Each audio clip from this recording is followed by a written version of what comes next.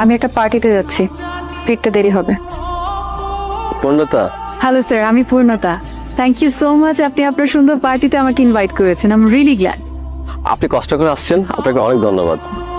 আপনার সাহেবকে দেখছি না? উনি উনি বিজি, দেশের বাইরে গেছে আর কি। ও নো, হ্যাঁ। My bad luck. No no no.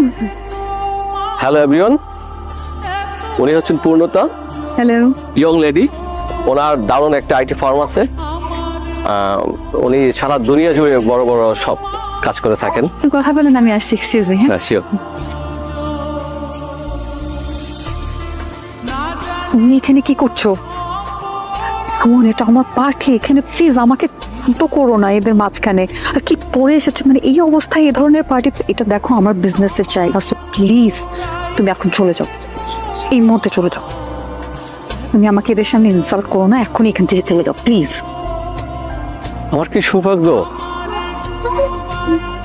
শান্ত সাহেব যে, প্লিজ আসুন। আপনি আসছেন, আমি সিরিয়াসলি বিশ্বাস করতে পারছি না। এক্সকিউজ মি এভরিওয়ান,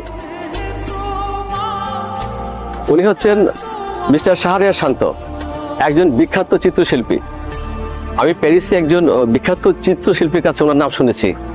ওনার কাছে শান্ত সাহেবের অনেকগুলো আঁকা ছবি আছে। শান্ত সাহেব কিন্তু একজন ভালো মানের ইন্টেরিয়র ডিজাইনার এবং একজন খুব ভালো মানুষ। উনি অনেক বড় বড় প্রতিষ্ঠানের কাজ ছেড়ে দিয়েছে, আর যে জায়গায় দেখা যাচ্ছে অন্য অন্য কোম্পানিগুলো হা করে তাকিয়ে থাকে ওই সমস্ত কোম্পানির কাজগুলি করার জন্য, আর উনি কিন্তু সব পার্টিতে যান না। আজকে ওনাকে পেয়ে আমি ভীষণ খুশি। আপনাকে ধন্যবাদ। আপনি কষ্ট করে আমার পার্টিতে আসছেন।